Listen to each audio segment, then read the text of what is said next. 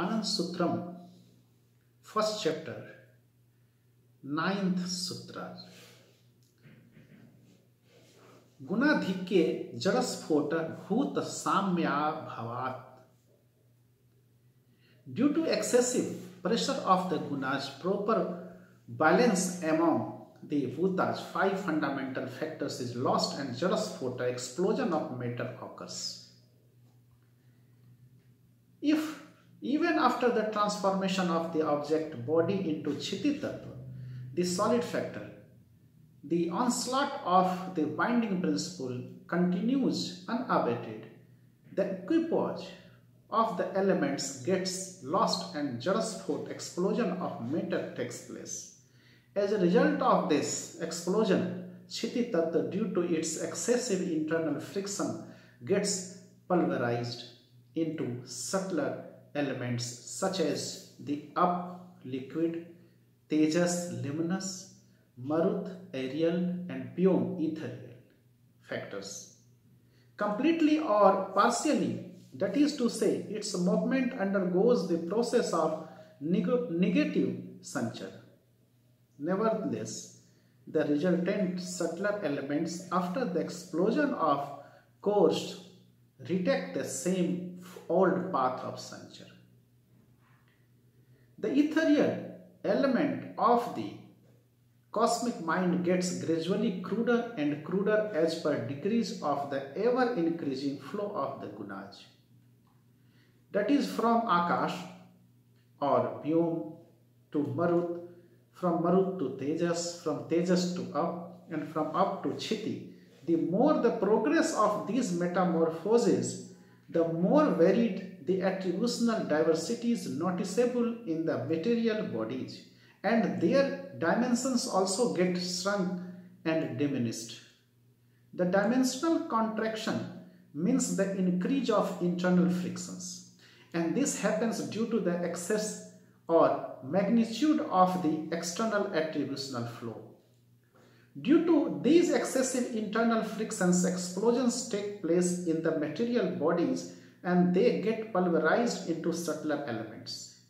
These explosions, owing to hyper attributional pressure, occur only when the degree of the tension of the solid element becomes abnormally high as compared to other elements.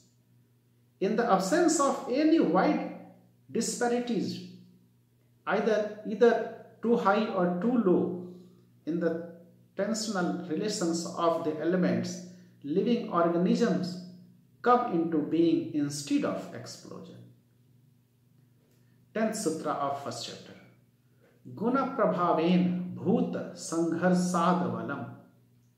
Due to the increasing influence of the gunas, clash occurs among the fundamental factors and bal, energy, is produced.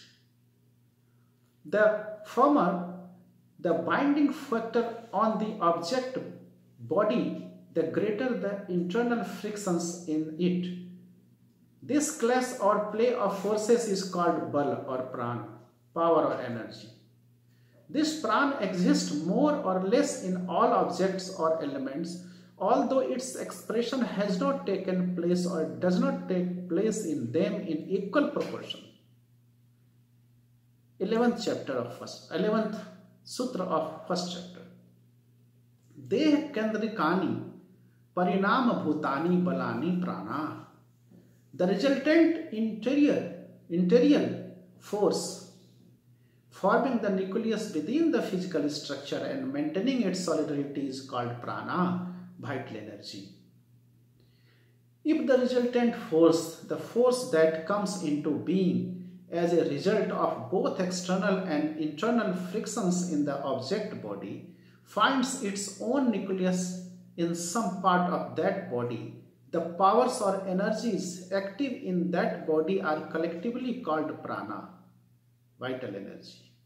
The word prana is used in the Sanskrit language in the plural number because it really stands for 10 vital forces in the body. 12th Sutra of first chapter. Tivra संघर्षेन चूर्णी भूतानि जड़ानि चित्तानु मानस धातुवः.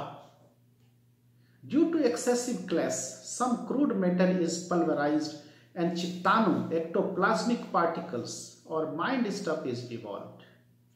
If the manifestation of energy be too great in the object body, some portion of the crude entity gets pulverized as the result of excessive friction in the object body and gets metamorphosed into chittanu, mind stuff, which is a subtler than ether.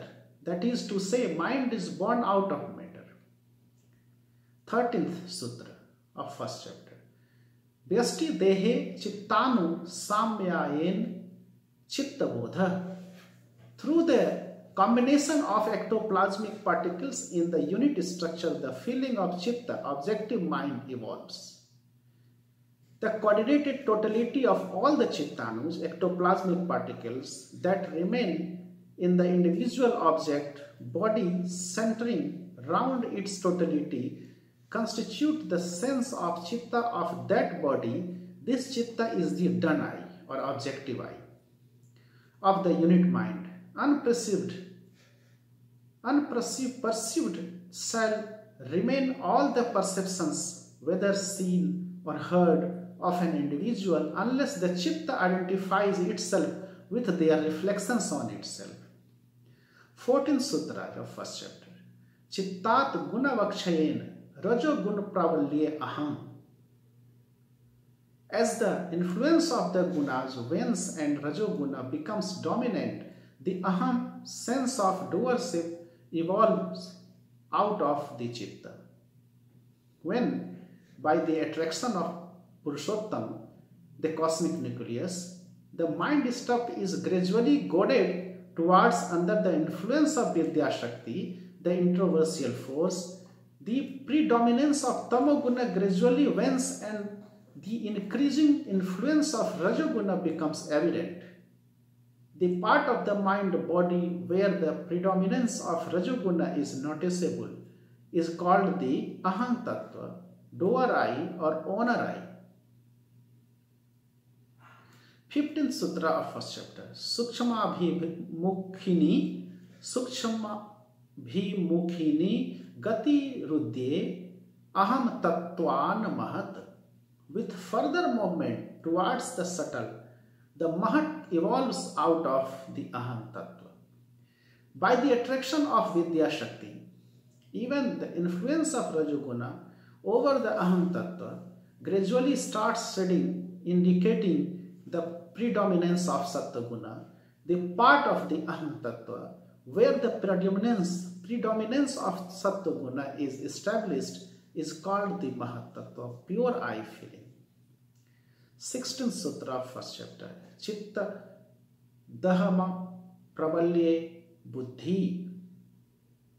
When the aham greater than chitta, the buddhi intellect evolves. 17th Sutra of first chapter. Aham tattva mahad pravalye bodhi. When the mahat is greater than the aham, the bodhi intuition evolves. If the dimension of the mahat tattva be greater than that of the aham tattva, the surplus part of the mahat is called the bodhi, intuition. 18th Sutra of first chapter. Mahat aham vrajite anagrasare जीव देहे लता गुल में केवलम चित्तम. In undeveloped living organisms, creepers and shrubs, where aham and mahat have not yet evolved, there is only chitta. It may be discernible in undeveloped organisms or creepers and shrubs that the manifestation of chitta only has taken place, but not that of mahat tattva or aham tattva. 19th Sutra of first chapter. Mahad varjite anagrasare jeev dehe lata gul mein chitta yukta aham. In undeveloped organisms, creepers and shrubs, where mahad has not yet evolved, there is aham as well as chitta. It may also be that in undeveloped organisms or creepers and shrubs, the manifestations of mahat has not taken place, but those of aham and chitta have. 28th Sutra of first chapter. Pragrasare jive latagul में manuse mahadaham chittani. In developed organisms, creepers and shrubs, as well as in humans, there is mahat, aham and chitta. In comparatively developed organisms, creepers and shrubs, as well as in human beings, all three mahat tattva, aham tattva and chitta get manifested. 21 Sutra of first chapter. भूमा व्याप्ते महति अहम चित्योर प्रनाशे सगुण स्थिति सविकल्प समाधि वा. When the aham and the chitta merge into the macrocosmic mahat, the merger is called saguna sthiti or savikalp samadhi. When after continued spiritual practice the mahat tattva, that is the I feeling, gets metamorphosed into the macrocosmic I feeling, the chitta of microcosmic mind merges in the aham and the aham merges in the mahat.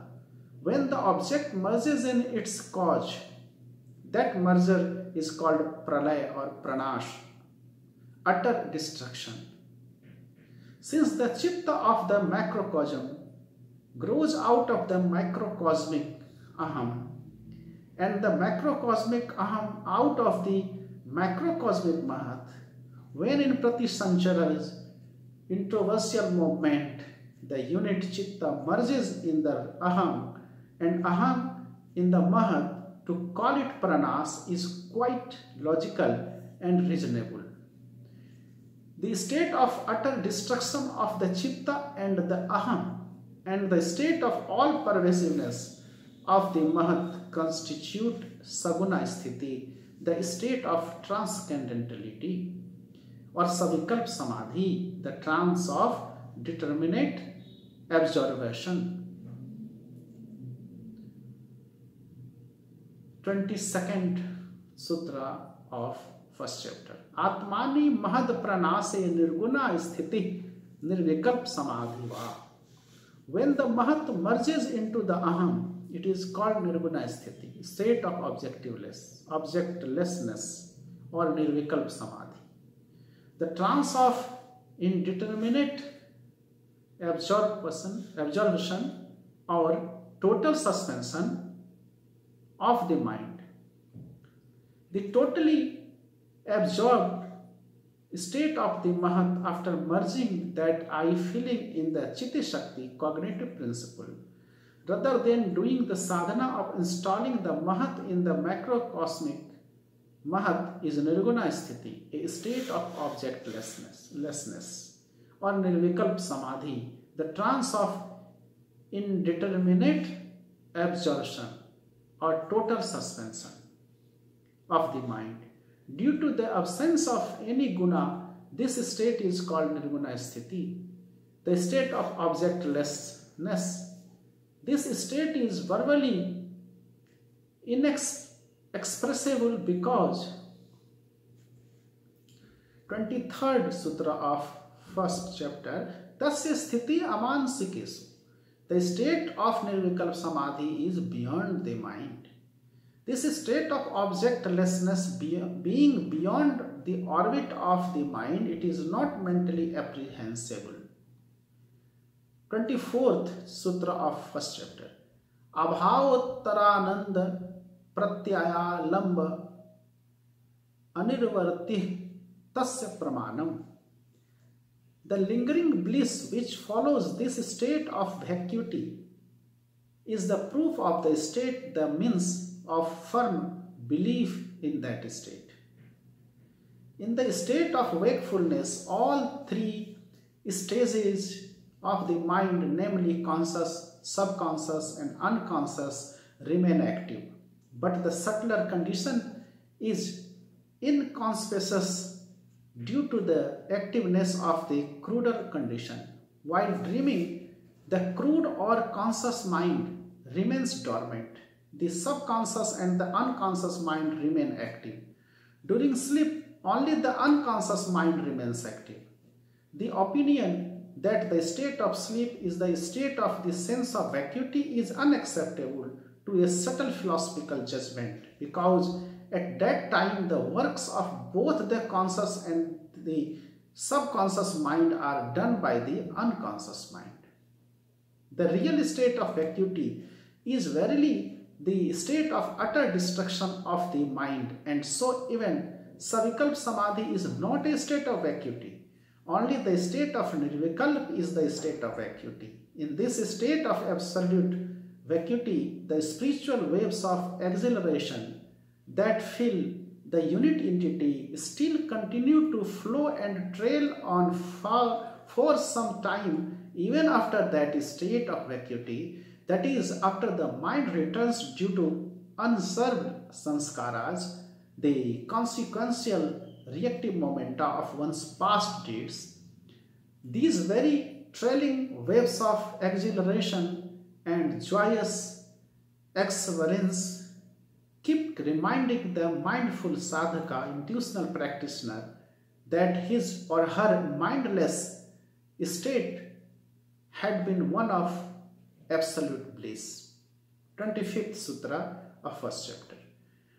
Bhava Bhavatitayo Setu Tarak Brahma. The bridge between Nirguna Brahma and Saguna Brahma is called Tarak, liberating Brahma.